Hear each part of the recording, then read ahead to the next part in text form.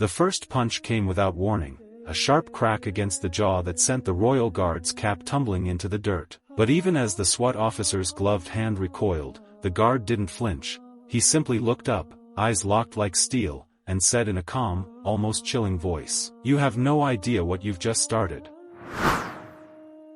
Before we dive deeper into this extraordinary story of courage, dignity, and an unbreakable spirit, remember this: real strength is not about size, weapons, or uniforms. It's about the heart that refuses to bow. If stories like this inspire you, hit that subscribe button so you never miss the lessons hidden in moments like these. It was a rainy Tuesday in central London. The drizzle had turned the cobblestones into dark mirrors reflecting the flickering street lamps. Most tourists had taken shelter, but outside the gates of St. James's Palace, one man stood motionless, the Royal Guard in his immaculate red tunic and polished boots, rifle by his side. That man was Sergeant Alexander Ford, 38 years old, a veteran of 2 tours in Afghanistan before joining the Royal Household Division. His face was set in the stoic mask the guards were known for, but behind his eyes lay years of silent battles, not just on foreign soil, but within himself. On the opposite side of the square, a black armored van rolled to a stop. Its matte finish and tinted windows made it look out of place in this historic setting. Out stepped 6 men in SWAT uniforms, black tactical vests, heavy boots, helmets with dark visors. They weren't here for a ceremonial visit. The crowd of onlookers sensed something was wrong. The SWAT team walked with a heavy, deliberate pace toward Alexander. One man in particular, tall, broad-shouldered, with a scar running from his eyebrow to his chin, led the group. His name tag read M. Kane. Without so much as a greeting, Kane stepped into Alexander's personal space. "You're in our way, soldier," Kane growled. Alexander didn't move. The guard's code was clear: until officially relieved of duty, he was to stand his post, no matter what. Kane smirked, looking back at his team. "Look at him, thinks he's a statue. Let's see how long that lasts." The first shove came hard. Alexander's boots scraped against the wet stone, but he didn't stumble. The tourists gasped. One woman fumbled for her phone to record. "Move," Kane barked. When Alexander remained silent, Kane swung, a hard jab to the jaw. The metallic clink of the guard's chinstrap echoed in the rain. Alexander had seen worse. In Helmand Province, he'd stood under fire for hours, his unit pinned down with no reinforcements.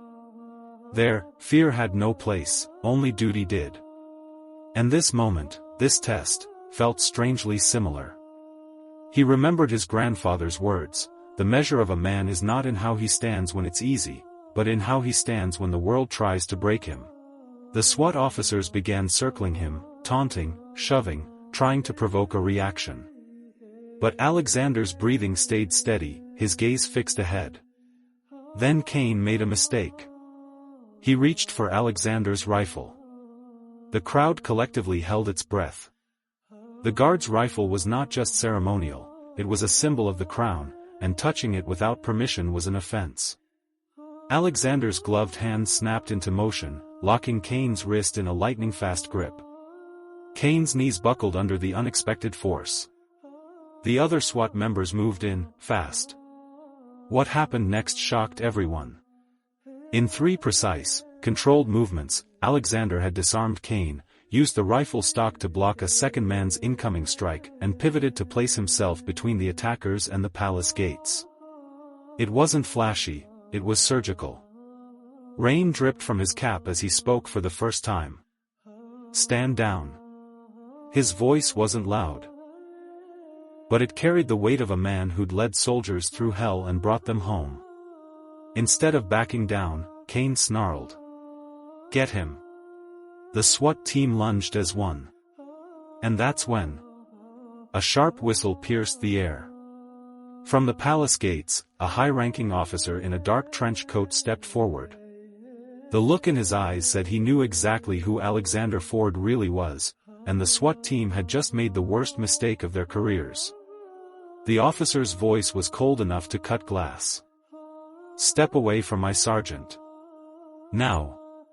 The SWAT members froze, caught between defiance and uncertainty. Kane, however, wasn't ready to back down. "Your sergeant just assaulted us," he barked.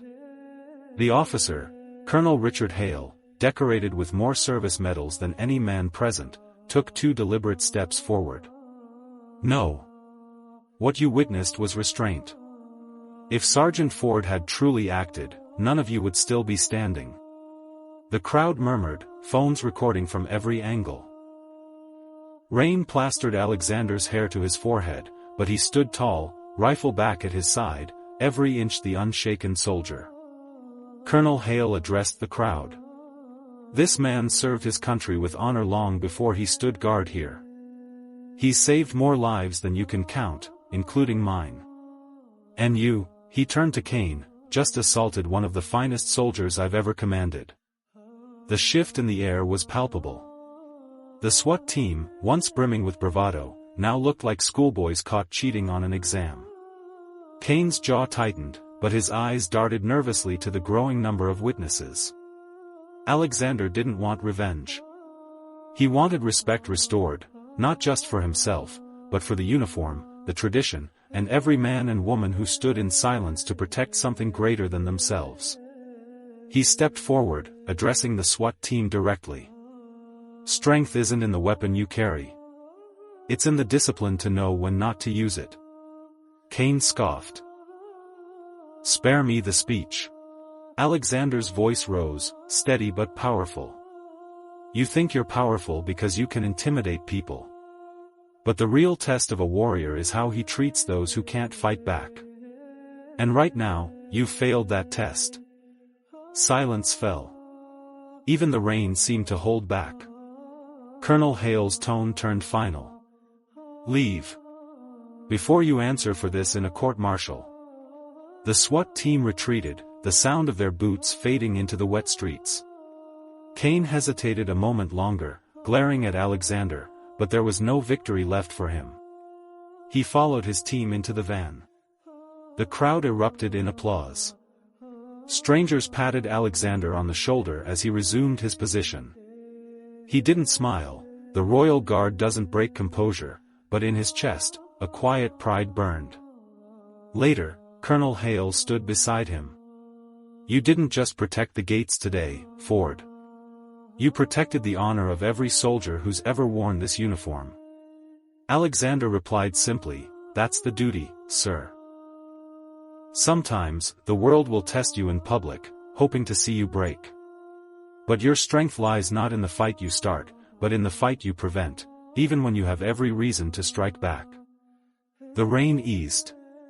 The crowd dispersed. Alexander remained at his post, unshaken. Because true warriors don't stand for applause. They stand because they must. If this story touched you, remember, the battles worth winning are often the ones no one sees. Like this video to share that truth, comment to honor those who stand in silence, and subscribe for more stories that remind us what real courage looks like.